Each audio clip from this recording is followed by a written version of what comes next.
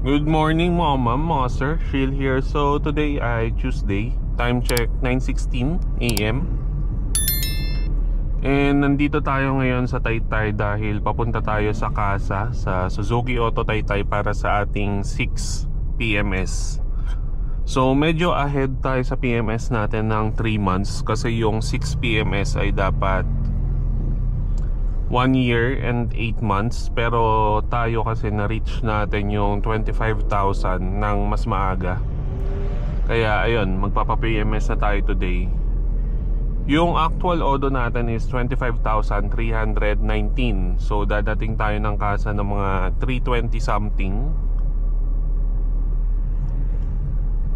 Ang nangyari kasi, nakaschedule na ako ng PMS nung Saturday, last weekend. Tapos pagpunta natin sa casa, sobrang daming tao, kaya nagpa-reschedule na lang ako ng ngayon, Tuesday morning, para hopefully medyo konti yung tao dahil may pasok din ako ng 12. So kailangan kong makauwi agad. Basic PMS lang naman yung gagawin sa atin ngayon. Change oil, ganyan. And kung tulad ko na sa casa pa rin kayo nagpapa-PMS, ang kailangan nyo lang naman dalhin ay yung service booklet. Itong color white na to, na manipis. May tinatatakan kasi dyan after ng PMS, nasa bandang dulo ng booklet. Doon nyo makikita yung mga PMS na pinagawa nyo. And may record din doon kung merong claim for warranty. Anyway, mamaya na lang kapag medyo malapit na tayo sa casa. So, nandito na tayo sa Taytay Diversion Road. Ayun yung casa, yung Suzuki Auto Taytay. Nasa left side.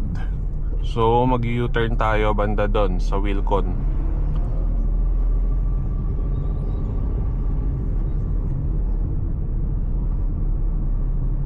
Ayun naman yung test unit nila for Suzuki Espresso, yung white. Ang na-test drive ko yata dati ay red.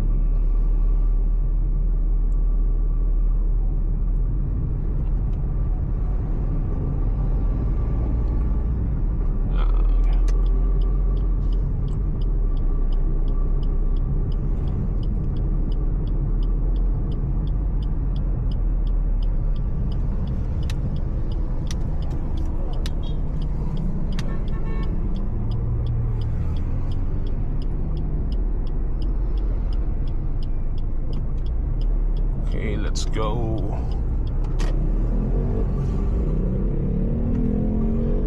Galing nung cut ni Kuya, walang tingin-tingin.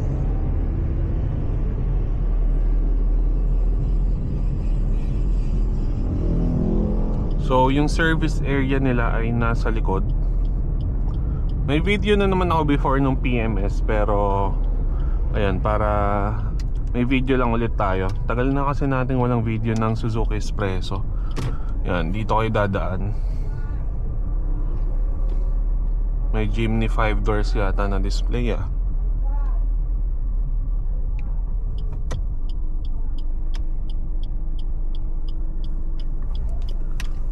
Mukhang madami pa rin tao.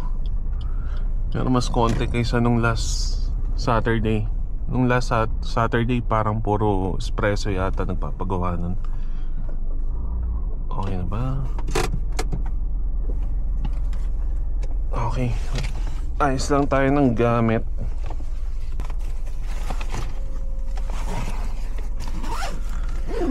Dala ko yung laptop ko pang work eh, in case na abutin tayo dito ng ano ko, trabaho.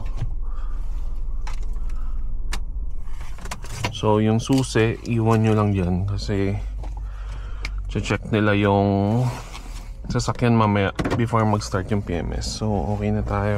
Tara.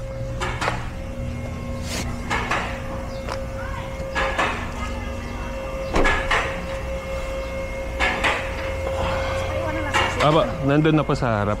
Thank you.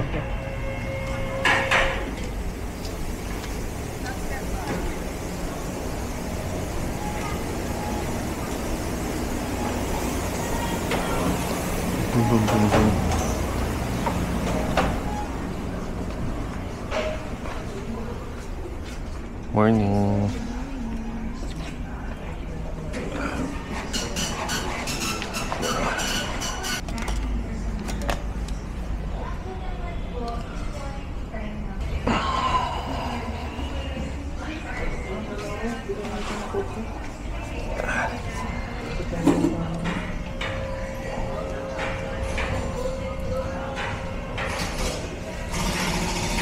Ay, hindi wash natin, boss.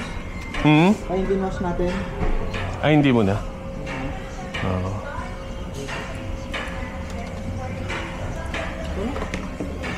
Ay, change yung lang sa lang ito. Tapos tapak lang sa washer to. Kulang. Ay, yung washer meron. Oo. Yan lang. 4, 4, 5, 6. Okay. Tapong item.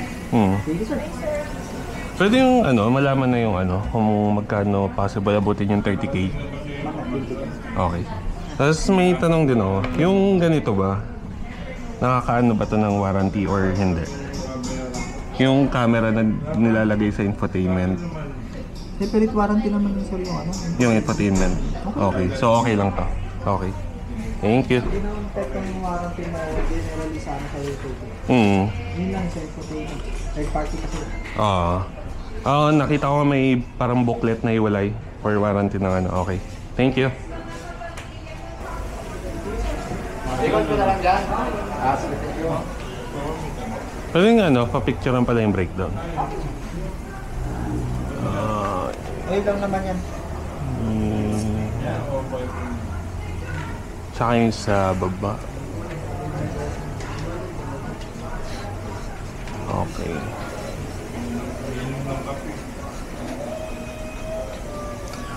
Hindi na rin pala i-car wash. Okay. Thank you.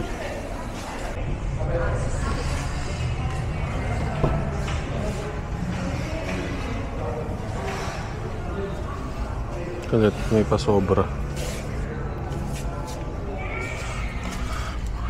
Hindi pa to, may rubber matting.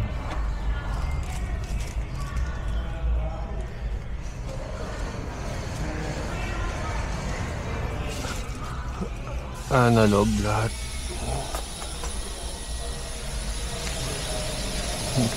Exposed na exposed, oh.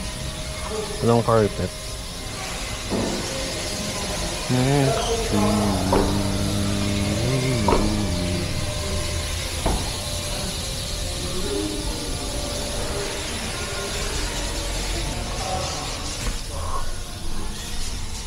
No second row aircon.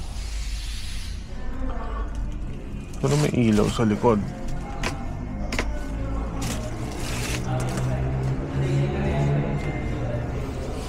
Ito may carpet sa matting.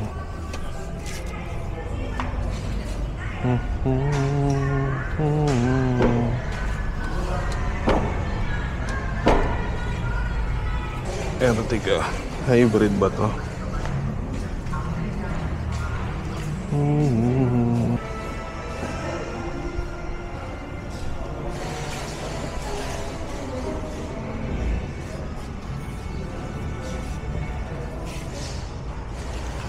Ba't ito may matting din? Nice, may fan. Charger.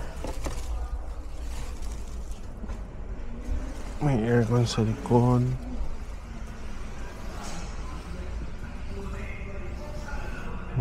Naka SD card. Ganda ng space, ah. Laki. Laki din pala niya. Ipin natin yung likod. Da.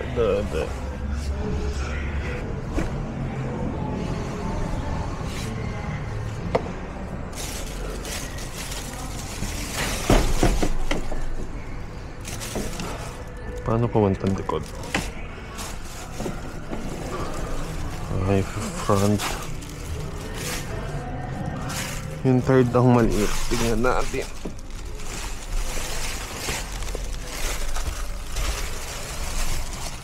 Kasya pa rin naman. Tuntog lang tuhod ko. adjust ko to.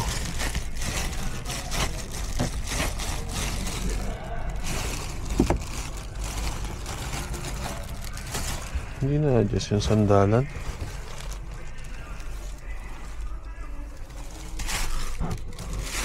Pero in fairness hindi pa ako untog.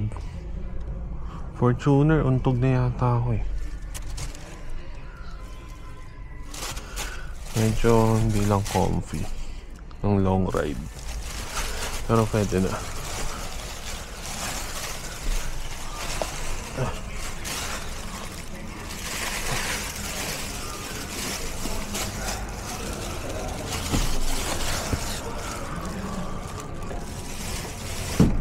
Second row.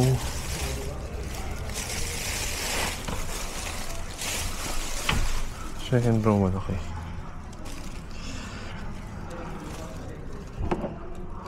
Medyo lapit nga lang ng aircon sa mukha. Jimny. Ba't may carpet ngayon? Tingnan nga natin yung Suzuki Espresso na display kung may carpet din. Okay din naman pala, maluwag din pala. Mababasa kong reviews masikip.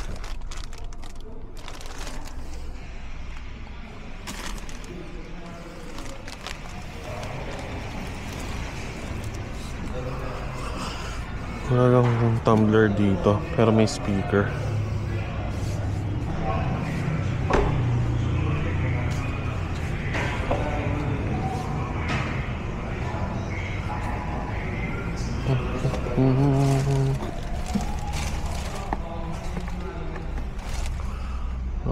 Laki ng knob. Tunon, tunon, tunon.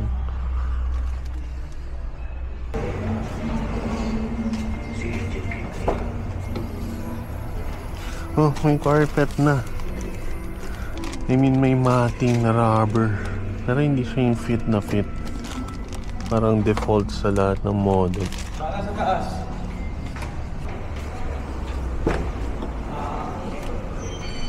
Oh, pati likod. Nagbago na sila ng matting. Eh, ba't di magkadugtong? Putol.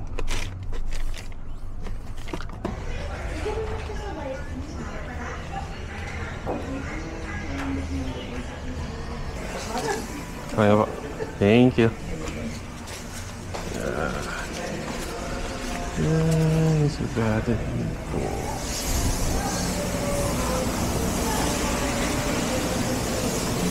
Ano sa battery? Wala yung battery test. Saan natin?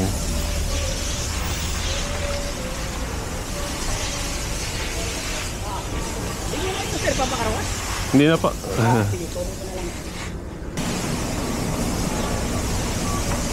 Photo sir, tama din lang. Sir, yung... Ha? Alisan ko lang. Hindi yung battery. Na-test ba yung battery? Sa battery mo naman sir, pinatest ko naman kay actually, lumalabas natin, okay. Oo. Oo, pero yung reading kasi yung CCA mo, medyo na eh. Mababa na? Mababa na. Okay. Good story naman boss. Alam mo na lang sir, pag alam mo na medyo nag-starting na talaga siya. Okay. Thank you.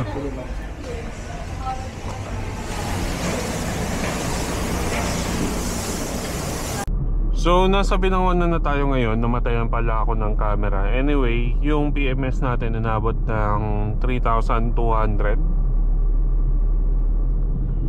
Kumbaga, change oil lang talaga yon. Tapos yun nga, yung sinasabi ko kanina, yung sa battery. Tinest naman siya pero ewan ko ba't wala yung papel. Hindi ko alam kung naubusan ng papel or ano. Pero yun, medyo bumaba na raw siya. Pero as of now, wala pa naman ako nakikitang signs na kailangan na siyang palitan. Kaya hayaan na muna natin. Check na lang din natin yung tubig niya kung paubos na ba. Tapos yung hinihingi ko na estimate for 30k na ODO na PMS, nakalimutan ko pala hingiin ulit bago umalis. Tapos yung tinanong ko kanina na kung hindi ba siya nakaka-void ng warranty is yung camera, sa reverse camera na kinakabit dito sa infotainment. Matagal ko na kasi pinag-iisipan magpakabit nun kasi meron akong pinaparkingan na madilim, tapos masikip sa Quezon Province pag umuwi kami. Normally kasi umuwi kami ng hating gabi doon para walang traffic, kaya medyo pahirapan yung parking. So ang sabi ng service advisor, which is si Sir IC sa Casa, hindi naman daw siya nakaka-void, tsaka yung camera nun is kinakabit nga sa infotainment, na yung infotainment ay naka-separate ang warranty. Meron ako nabasa sa group na isang scenario na yung warranty ng infotainment ay claim niya sa Gilmore. Hindi ko lang sure kung ano nangyari doon. Tapos yung sa car wash naman, yung narinig nyo na hindi ako nagpa-car wash dahil ay 2 reasons. Yung una, hindi talaga ako nagpapa-car wash sa labas. Isang beses pa lang yata to na car wash sa Casa kasi nakalimutan ko banggitin. Bukod doon, lahat ng car wash na to, ako na yung nagka-car wash. Second reason ay medyo matagal kasi yung car wash doon. Dahil di ko alam kung isa lang ba yung nagka-car wash, pero nangyayari kasi, based lang sa observation ko doon, nangyari na one time dumating ako doon for PMS, tapos meron nang nandun na waiting na lang sa car wash. Nauna pa ako matapos, nauna pa ako makaalis sa Casa kaysa sa kanya na car wash na lang yung iniintay. So yun, medyo kain siya sa oras. Anyway, yun lang, 11:35 na.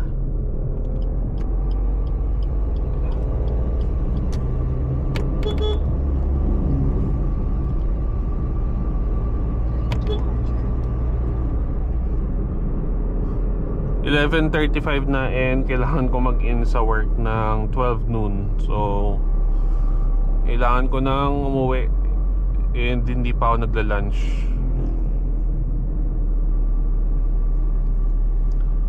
So yun lang, peace.